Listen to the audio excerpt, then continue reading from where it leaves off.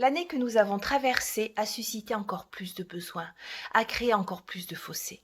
Monter un lieu où l'on se rassemble est devenu pertinent, essentiel.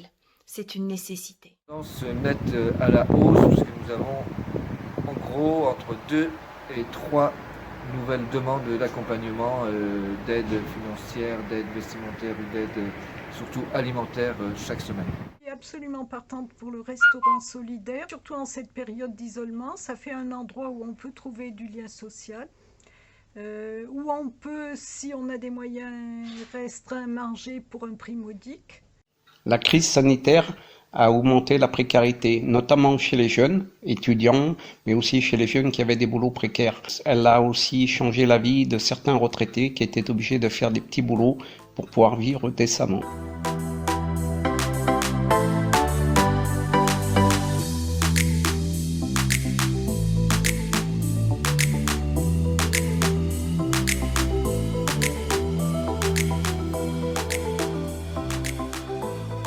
Notamment travaillé sur l'étude du gaspillage alimentaire sur l'agglomération du pays d'Issoire. En effet, aucune étude n'avait été réalisée jusque-là.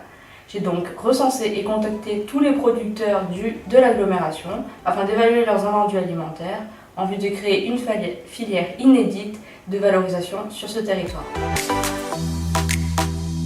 En tant qu'habitante du Puy-de-Dôme, j'ai pu voter dans le cadre du budget écologique et citoyen pour le projet du restaurant solidaire d'Issoire.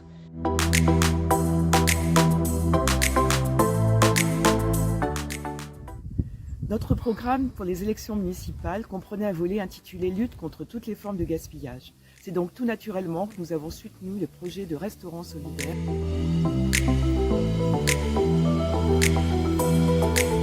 La propriétaire du restaurant La Sanaga a accepté de nous prêter les locaux pour pouvoir réaliser des premiers repas pilotes. On a commencé à stocker du matériel pour le restaurant solidaire, notamment avec des partenaires comme la ressourcerie, donc de la vaisselle, des couverts, différentes choses qui pourront meubler le restaurant.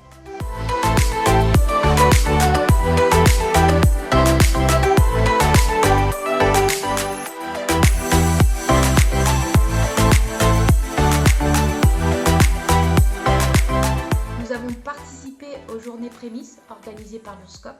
La journée gouvernance nous a notamment permis de nous rendre compte à quel point le facteur humain était important pour la réussite de notre projet. Nous avons réfléchi à des pistes d'amélioration, la mise en place d'une charte de fonctionnement ou la création d'une nouvelle commission vie collective.